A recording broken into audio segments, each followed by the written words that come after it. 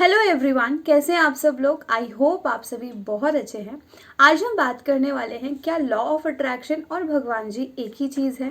इससे रिलेटेड मेरे पास बहुत सारे क्वेश्चंस एंड डाउट्स आते हैं। मुझे ऐसा लगा कि इस टॉपिक को ना आप क्लियर कर ही देना चाहिए, क्योंकि अक्सर लोगों को यही लगता है कि लॉ ऑफ अट्रैक्शन को जब हम फॉलो करते हैं तो भगवान जी का क्या करें, क्या भगवान जी और लॉ ऑफ अट्रैक्शन अलग अलग चीज़ें हैं, क्या अगर हम लॉ ऑफ अट्रैक्शन को फॉलो कर रहे हैं तो क्या पूजा पाठ छोड़ दें अपनी जो भी हम कर रहे हैं।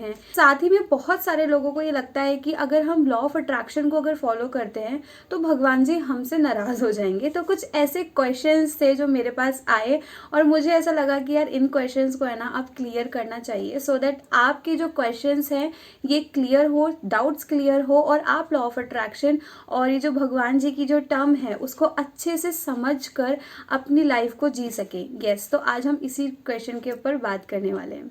इसको हम एक एग्जाम्पल की तरह समझेंगे।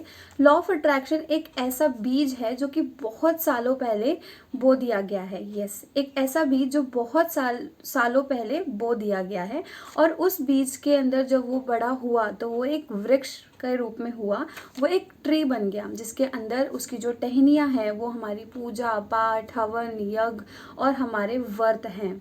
यस, तो लॉ ऑफ अट्रैक्शन क्या है? एक बीज जो कि बहुत सालों पहले बो दिया गया है, उसका एक ट्री है जिसकी जो टहनियाँ हैं वो पूजा पाठ, हवन और व्रत, हमारे हवन या ये सारी चीज़ें जो हैं उसकी टहनियाँ हैं। कुछ पतली हैं, कुछ मोटी हैं और उस पेड़ के, उस वृक्ष के, उस ट्री के कुछ फ्रूट्स भी हैं, यानी कि फल हैं। ठीक है, अब वो जो कुछ फ्रूट्स हैं, कुछ खट्टे, कुछ मीठे, कुछ कच्चे, कुछ कड़वे, वो सारे क्या हैं? वो हम हैं। यस, वो हम हैं। अब ये इसको मैं थोड़ा सा आपको ना डीपली समझाने की कोशिश करती हूँ कि ये कैसे काम करता है। सबसे पहले तो आपको तो भी समझ में आ ही गया होगा कि लॉ ऑफ अट्रैक्शन और भगवान जी बिल्कुल सेम है। इसके अंदर ये दोनों अलग नहीं हैं, है ना, क्योंकि बीज बोया है, बीज में से ही टहनियाँ, जो पेड़ आया उसकी जो टहनियाँ हैं, पूजा पाठ, यज्ञ और हवन, ये सारी चीज़ें हैं। ठीक है, उससे ये सारी चीज़ें उत्पन्न हुई और अब जो जो फ्रूट्स हैं वो हम सभी हैं और उस फ्रूट को हम कैसे अपनी लाइफ में जब भी हम उसको खा रहे हैं कैसे लेते हैं ये हमारे ऊपर डिपेंड करता है। राइट, तो ये समझ में आ गया कि जो लॉ ऑफ अट्रैक्शन है भगवान जी एकदम सेम है। तो अब हम बात करते हैं टहनी नंबर 1 के ऊपर। यस, जो कि है पूजा पाठ की। तो आप लोग जब भी अक्सर मंदिर जाते हो तो 2 तरीके के लोग होते हैं जो कि पूजा करते हैं, भगवान के सामने प्रेयर कर। पहला इंसान होता है कि प्लीज़ ऐसे हाथ जोड़कर हम प्रेयर करते हैं ना भगवान जी के सामने, और हम क्या बोलते हैं, प्लीज़ भगवान जी हमें ये दे दो, प्लीज़ दे दो, दे दो, अगर आप हमको ये दोगे तो हम आपको बदले में ये देंगे। ठीक है, तो यहाँ पर शर्त एंड टर्म्स एंड कंडीशंस हैं कुछ। और दूसरी जगह एक इंसान होता है जो कि बोलता है कि थैंक यू भगवान जी, आपने मुझे इतना सब कुछ दिया उसके लिए थैंक यू, आपने मुझे अच्छा घर दिया उसके लिए थैंक यू, इस दिन के लिए थैंक यू, आपने मेरी सारी की सारी जो चीज़ें जो मेरे को अपनी लाइफ में चाहिए थी वो सारी की सारी चीज़ें दी, उन सभी चीज़ों के लिए आई एम सो ग्रेटफुल और मैं उन सारी चीज़ों के लिए आपको धन्यवाद करता हूँ। ठीक है, तो आपने क्या करा, पूजा वाले पार्ट को ऐसे ट्विस्ट कर दिया। अगर आप कैटेगरी नंबर 1 में हो तो उस कैटेगरी नंबर 1 से आप 2 में शिफ्ट हो जाओ और फिर मिराकल्स देखो अपनी लाइफ में कैसे होते हैं। यस, आप खुद देखने लग जाना कि कैसे होते हैं।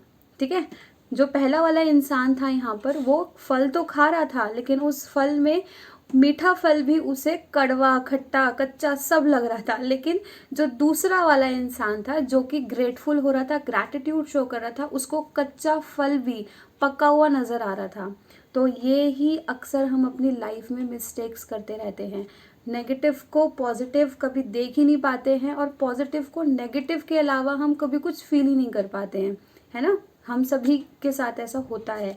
तो अगर आप इन सारी सिचुएशंस में हो तो इस सिचुएशन से बाहर आओ और ग्रैटिट्यूड की भावना यानी कि सेकंड पर्सन बनो जो कि पहले से ही चीज़ों को ग्रैटिट्यूड शो करने के लिए तैयार है कि अभी नहीं है, it's okay, but I know आपके पास भगवान जी मेरे लिए अच्छे प्लान्स हैं।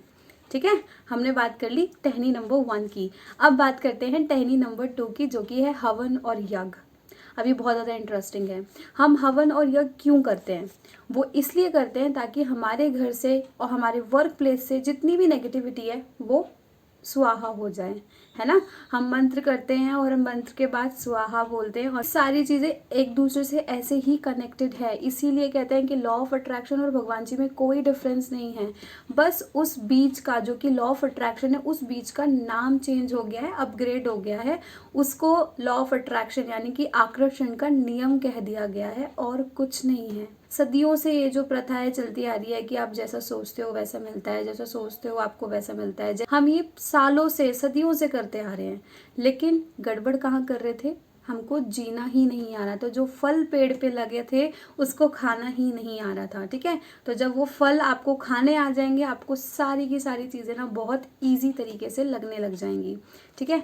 तो हम बात कर रहे थे टहनी नंबर 2 की, जहाँ पर हम हवन की बात करते। तो हवन, नेगेटिविटी क्या है आजकल, क्या है नेगेटिविटी, हमारे नेगेटिव थॉट्स। जितना भी नेगेटिव हुआ आपके साथ उसको स्वाहा करना है। उन सारी नेगेटिविटी को जो आपने अब तक अपनी लाइफ में फील करी हैं, कुछ ऐसे कर्म जो आपने नेगेटिव कर दिए हैं, अब उनको आपको ठीक करना है। नेगेटिव थॉट आया, एक नेगेटिव थॉट आपने क्रिएट करा, अब उसको बोलो स्वाहा। यस, नेगेटिव कर्म किया, गलती हो गई, उसको बोलो स्वाहा कि अब ये जो मैंने गलती करी, ये जो मैंने नेगेटिव थॉट क्रिएट किया, अब इसके बाद ये मेरा लास्ट था, इसके बाद मुझे ये ना ये गलती दोहरानी है ना ये थॉट करना है, वो अग्नि में जल के स्वाहा हो गया, ठीक है। आपको ये करना है। तो ये था टहनी नंबर 2 की यज्ञ हवन कैसे करना है। लॉ ऑफ अट्रैक्शन का हवन कर रहे हैं, यज्ञ कर रहे हैं हम स्वाहा करके, है ना। ये बहुत इंटरेस्टिंग सा है। तो अब बात करते हैं हमारे तीसरी टहनी की। यस, और वो तीसरी टहनी है, हम अक्सर व्रत रखते हैं भगवान को प्रसन्न करने के लिए। मैं जो व्रत रखती हूँ, मैं भी व्रत रखती हूँ, मैं भी फास्ट रखती हूँ। ऐसा नहीं है कि मैं नहीं रखती हूँ और मैं इन सब चीज़ों में बिलीव नहीं करती हूँ, नो, ऐसा नहीं है। मैं भी फास्ट रखती हूँ, बट आपको मेरा फास्ट रखने का तरीका थोड़ा सा डिफरेंट लग सकता है। वो इसलिए रखती हूँ क्योंकि मेरा डाइजेस्टिव सिस्टम अच्छा रहे, मेरी बॉडी को रेस्ट मिले एक दिन का, क्योंकि हमारी बॉडी भी रेस्ट मांगती है, ताकि मेरी बॉडी के जितने भी ऑर्गन्स हैं वो प्रॉपरली अच्छे से फंक्शंस कर पाएँ। बहुत सारे लोग 16 सोमवार के व्रत रखते हैं, मंगलवार के रखते हैं, एकादशी का फास्ट रखते हैं। तो मैं सिर्फ अभी तो एकादशी का रखती हूँ, और सावन में मंडे के फास्ट रखती हूँ। तो यह हम जैसे जैसे फेस्टिवल्स आते रहते हैं मैं उसके अकॉर्डिंगली रखती हूँ। तो आप सिर्फ इस भावना से व्रत रख रहे हो कि मुझे भगवान को प्रसन्न करना है, मेरी एक पर्टिकुलर विश है, तो हो सकता है कि आप अपनी जगह ठीक हो, पर भगवान जी कभी ये नहीं बोलते कि आपको त्यागना है अन्न को। नो, वो कभी किसी चीज़ को अवॉइड करने के लिए नहीं कहते। वो ये नहीं कहते कि आपको मेरे लिए भूखा रहना है। नो, आप इस भावना से मत करो। अगर आप व्रत रख रहे हो, ठीक है, एक चीज़ का रखो, एक थॉट का रखो, खाना मत त्यागो उस दिन एक थॉट को त्यागो, उस एक थॉट का त्याग करो। कौन सा थॉट? जो आपको जीने नहीं देता, जो आपको नेगेटिविटी से भर के रखता है, जो आपको अपनी लाइफ में आगे नहीं बढ़ने देता। मैं कहती हूँ आप 24 घंटे उस थॉट के बारे में नहीं सोचोगे, उस नेगेटिव चीज़ को नहीं सोचोगे, ऐसा हो ही नहीं सकता कि आप ना सोचो। आप 1 घंटा उस थॉट के बिना नहीं रह सकते, क्योंकि वो आपकी आदत है, आपके जहन में ना वो उतर चुका है। तो अगर जिस दिन आप व्रत रख रहे हो उस दिन ये मत सोचो कि मेरे को खाना नहीं खाना है। नो, व्रत वाले दिन हम खाना नहीं खाते हैं, वो डिफरेंट है। लेकिन आप इस भावना से मत रखो कि मैं भूखी हूँ तो भगवान प्रसन्न होंगे, या मैं भूखा हूँ तो भगवान प्रसन्न होंगे, तो हमको उनको प्रसन्न करने के लिए, भगवान को खुश रखने के लिए मुझे व्रत रखना है। नो, ऐसा नहीं। अपने लिए रखो कि यस, मेरे को एक तो स्पिरिचुअलिटी में तो आगे बढ़ना ही बढ़ना है, लेकिन एक थॉट है जिसको मेरे को अब नहीं सोचना, ठीक है। फॉर एन एग्जाम्पल, मेरे पास एक अच्छी जॉब नहीं है, ये मैंने एक थॉट क्रिएट किया। अब इस थॉट को, जब तक मेरा फास्ट है 1 दिन के लिए, चाहे कुछ भी हो जाए, इस थॉट को मेरे को अवॉइड करना है। आ रहा है मेरे को उसको बोलना है कि बेटा जा अब, ठीक है, उसको निकाल देना है अपने। तो ऐसी जब चीज़ें आप अपनी लाइफ में करने लगते हो तो आप मिराकुलसली आगे बढ़ते हो। और जब आप मिराकुलसली आगे बढ़ रहे हो ना अपनी लाइफ में, तो आप खुद फील करना कि यार कितना मज़ा आ रहा है आपको अपनी लाइफ जीने में, कि व्रत तो पहले भी रखते थे, लेकिन अभी जो चीज़ें हैं व्रत के साथ साथ आपकी बॉडी अच्छी हो रही है, आपका थॉट प्रोसेस अच्छा हो रहा है, क्योंकि आप पॉजिटिव सोच रहे हो, और एक कनेक्शन जो भगवान के साथ है वो हम अच्छे से बना पा रहे हैं। क्योंकि हम नेगेटिव तो सोच रहे हैं और मन में हम व्रत रख के बैठे हैं, तो हम उस पेड़ से तो कनेक्ट ही नहीं हो पाए। उस बीज जो हमने बोया था उसको तो हम देख ही नहीं पा रहे हैं, है ना, उसको तो हम जान ही नहीं पा रहे हैं अच्छे से। तो जब आप ये सारी चीज़ें करने लगते हो तो आपको उस बीज की वैल्यू पता चलती है और लास्ट में यही पता चलता है कि भगवान जी और लॉ ऑफ अट्रैक्शन बिल्कुल सेम है, इनमें कोई भी डिफरेंस नहीं है।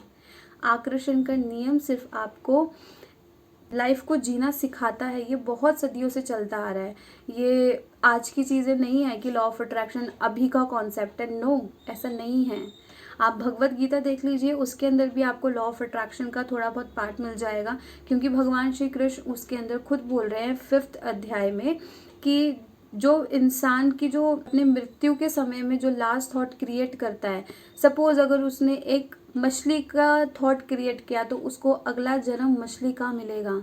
तो सोच रहे हो हमारी थिंकिंग कितनी ज़्यादा पावरफुल है इन सब चीज़ों में। तो आपको अपनी थिंकिंग को चेंज करने की ज़रूरत है। वो जो बीज हमने सदियों पहले बो दिया है उसको ठीक करने की ज़रूरत है, क्योंकि हम क्या कर रहे हैं, अपने कर्म करते रहते हैं और कर्म ऐड ही होते हैं हमेशा। मेरी पिछली लाइफ के कर्म भी हैं अभी मेरे साथ, और इस लाइफ में जो भी कर्म कर रही हूँ वो भी ऐड हो रहे हैं, तो उनको ठीक करना है आपको। और यस, लॉ ऑफ अट्रैक्शन और भगवान जी बिल्कुल सेम है, ठीक है। तो इस ट्री को जो आपने बीज बोया है, इसका जो ट्री है, इसका जो वृक्ष है, इसको संभाल के रखो। इसके जो फल हैं वो बहुत मीठे हैं, हमेशा यही करो, ठीक है। क्योंकि जितना फलों को कच्चा पक्का ये देखोगे, खट्टा देखोगे, तो आपकी लाइफ ऐसी ही होती जाएगी। जितना उन फलों को आप सोचोगे कि यार ये फल इतना मीठा कैसे है ना, ये तो फल मेरा है, इतना इतना रसीला फल है, और इतना अगर आप एक्साइटमेंट से उस फल को जितना प्रेस करोगे उतनी ही लाइफ आपकी ब्यूटीफुल होती जाएगी, क्योंकि जो वृक्ष पे लगे जो फल थे वो हम सब हैं, ठीक है। आई जस्ट होप कि आपको आज की वीडियो से काफ़ी कुछ हेल्प मिली होगी, आपके कुछ क्वेश्चंस के डाउट ज़रूर क्लियर हुए होंगे। और अगर आपको ये वीडियो हेल्पफुल लगी तो please do let me know in comment section, and thank you so much for watching.